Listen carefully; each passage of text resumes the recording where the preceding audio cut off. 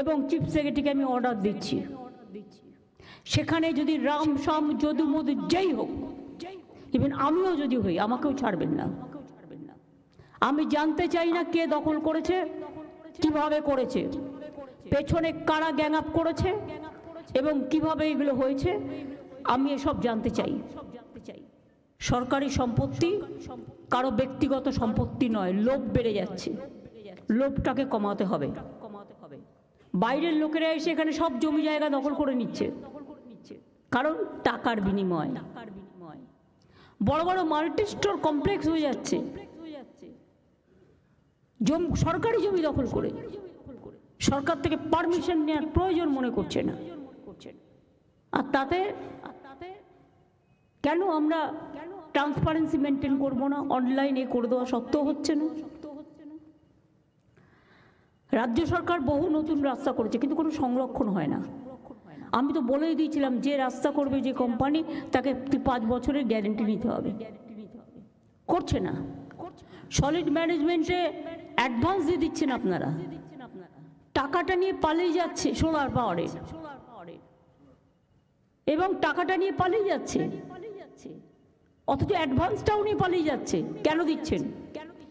কে পাওয়ার দিয়েছে? এই পাওয়ার লোকালি আর হবে না।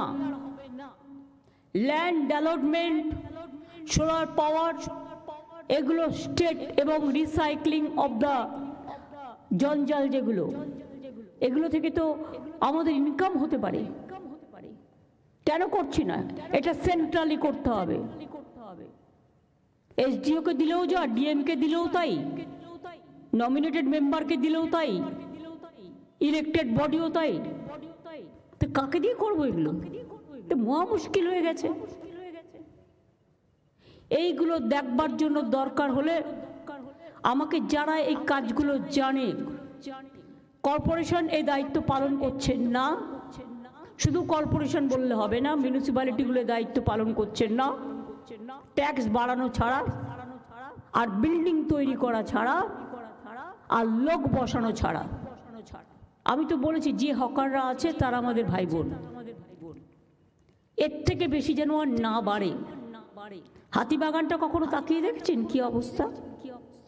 গড়িয়াহাটে আপনারা স্টল দিয়েছেন, ভালো কথা, কিন্তু স্টলের পেছনটা আবার কিন্তু তিপ্পল লাগিয়েছে কালো লাল। সেই জন্য এমন কিছু সিস্টেম করতে হবে যাতে ওটা দেখতে ভালো লাগে। আমি পরশুদিন আসছিলাম ওয়েবেলের কাজ দিয়ে, দেখলাম কত দোকান বসে গেছে, সব আউটসাইডার, কিনে খাচ্ছে, বাড়ির সামনে পাচ্ছে, এটা ভালো, কিন্তু দেখতে কি ভালো লাগছে?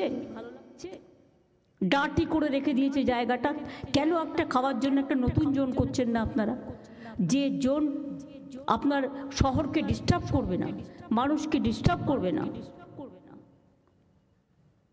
বৃদ্ধ বৃদ্ধা থাকেন, ভাড়া নিয়েছে তার কাছ থেকে, ভাড়া নেবার পর পারমিশন নেই, উইদাউট পারমিশনে 3 তলা 4 তলা 5 তলা তুলেই যাচ্ছে। কেন তাদের অ্যারেস্ট করছেন না? কেন ভেঙে দিচ্ছেন না? 2-1টাকে অ্যারেস্ট তো করুন, 2-1টা ভাঙুন। আমি বলবো স্টার্ট ফ্রম মাই হাউস। কেন আমি ইলিগাল জিনিসকে আমি অ্যালাউ করবো? যেই হোক, কোনো এমএলএ, এমপি, মিনিস্টার থেকে শুরু করে পুলিশ অফিসার, জেলা, এসডিও, ডিএম থেকে শুরু করে আইসি থেকে শুরু করে, কারো কারো অভ্যাস হয়ে গেছে আইসি হলে যতটা পারি ইনকাম করে নি, এসডিও হলে একটা সঞ্চয় করে নি, ডিএম যে কদিন থাকবো সঞ্চয় করে নি, দেশে পাঠিয়ে দিই। এগুলো অনেক হয়েছে, আর করবেন না প্লিজ। এবার কিন্তু বড্ড চোখে লাগছে। সল্লেক আমার লজ্জা লাগছে। রাজারহাটেও শুরু হয়েছে এনক্রোচমেন্ট, সল্লেকেও ইচ্ছা মতো সুজিত বোস লোক বসাচ্ছে কম্পিটিশন করে। কেন? কেন বাইরের লোক বসবে? এআরডি অফিসের অপোজিটে, যদিও আপনাদের আমি ছবি দেখাই, ভাববেন না যে আমি উইদাউট কাগজপত্রে আপনাদের কাছে চলে এসেছি। ছবি দেখালে নিজেরাই লজ্জা পাবেন। এর জন্য কত দিতে হয়েছে? এই একদম পুরো এআরডি অফিসের সামনে সব এনক্রোচমেন্ট হয়ে গেছে। একটা করে তিপ্পল লাগাচ্ছে, একটা করে বসে হচ্ছে, একটা করে তিপ্পল লাগাচ্ছে, একটা করে বসে হচ্ছে। কেন? ওয়াই? আমি জানতে চাই কত টাকার বিনিময়ে কারা নিয়েছে টাকা? কেন সল্টলেক কর্পোরেশনের কাউন্সিলররা কাজ করে না? তারা তো ইলেক্টেড বডি, কেন কাজ করে না আমি জিজ্ঞেস করছি। রাস্তা ঝাড় দেয় না, এবার কি আমাকে রাস্তা ঝাড় দিতে যেতে হবে? শুধু কি ওপরের দিকে তাকালেই হবে? নিচের দিকে তাকাতে হবে না? এলাকার লাইট দেখে না, রোড দেখে না, জল দেখে না, মানুষের প্রবলেম দেখে না? এই শহরটাকে আমি এত সুন্দর করে বানিয়ে দিয়েছি। কলকাতা শহরে ভিডিও করা ছিল কোন রাস্তা কত পর্যন্ত এনক্রোচমেন্ট আছে, তা সত্ত্বেও একটা করে নতুন ওসি আসে আর বসিয়ে দেয়। আর আমি ঘাতক ঝগড়া করব। আমি রাস্তায় গেলেই দেখতে পাই পুলিশের চোখে পড়ে না, সব চোখে ঠুলি দিয়ে বসে আছে আর ভাবে এগুলো কারো নজরে আসবে না। হাওড়ায় কোনো মিউনিসিপ্যালিটি নেই, এসডিওর আন্ডারে আছে, সুতরাং 4 জন এমএলএ ডাইরেক্টলি অ্যাডভান্টেজ দিচ্ছে। আমি আর নাম বলে লজ্জা দিলাম না। যেখানে যেখানে আমাদের বোর্ড নেই বা কাউন্সিলর ইলেক্টেড নেই, সেখানে কাজ করার সিস্টেমটা কি? সেই এলাকাটা কে করবে? একবার ভেবে দেখেছি আগে আমি এটা সাফা করব, তারপর আমি ইলেকশনে যাব। যে যে এলাকা, বালি পৌরসভার অবস্থা খুব খারাপ, যে যে এলাকা বোর্ড নেই, নমিনেটেড 5 জন মেম্বার ভাবছে এটা আমাদের প্রপার্টি। No, not that.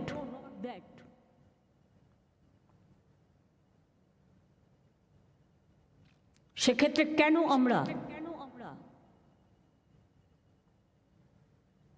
একটা ক্লাবকেও যদি বলা হয় যতক্ষণ আমার ইলেকশন না হচ্ছে, যে লোকাল ক্লাব তোমাকে আমি এতটা হেল্প করব, টেন্ডার করবার ক্ষমতা তাদের থাকবে না। টেন্ডারটা সেন্ট্রালি হবে। আমি লোকাল হাত থেকে টেন্ডার তুলে নিচ্ছি আজ থেকে।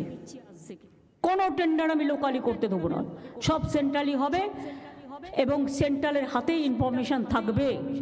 এ ব্যাপারে আমি একটা কমিটি করে দিচ্ছি। চিফ সেক্রেটারি যে থাকবে, chief secretary, home secretary, land secretary, finance secretary এবং ইরিগেশন সেক্রেটারি এবং সিপি এবং ADG, law and order and DG, এই কয়েকজনকে নিয়ে কোনো কিছু হলে আমি তাদের ধরবো। আরবান ডিপার্টমেন্টের সেক্রেটারি কি কাজ স্যার?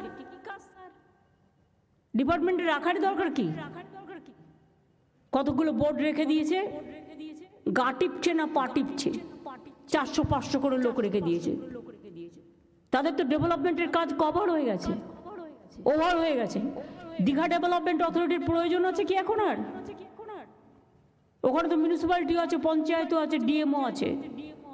বিরাট বাড়ি করে 400-500 লোক, কারো গা টিপছে, কারো পা টিপছে, কারো মাথা টিপছে, বড় বড় বিল্ডিং করে থাকছে, আরাম করছে।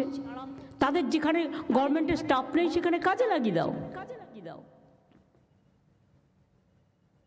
হলদিয়া ডেভেলপমেন্ট অথরিটিও তাই, হলদিয়া তো মিউনিসিপ্যালিটি আছে। লাভটা কি হলো? দরকার ডিএম এর আন্ডারে প্রত্যেকটা ওয়ার্ডে যেখানে যেখানে এখনো ইলেক্টেড নেই, মানে ইলেকশন বাকি আছে, ডিউ আছে, রোজ তো আমি ইলেকশন করতে যাবো না, যখন করবো একসাথে করে দেবো। এই তো সামনে বা ইলেকশন, তারপরে পুজো, তারপরে রেনি সিজন, 4 মাস চলে গেল ইলেকশন করতে করতে। এরকম ভাবে তো চলতে পারে না ডেভেলপমেন্টের কাজ। পুরো কেন্দ্রীয় সরকার একটা অবস্ট্রাকশন হয়ে দাঁড়িয়েছে।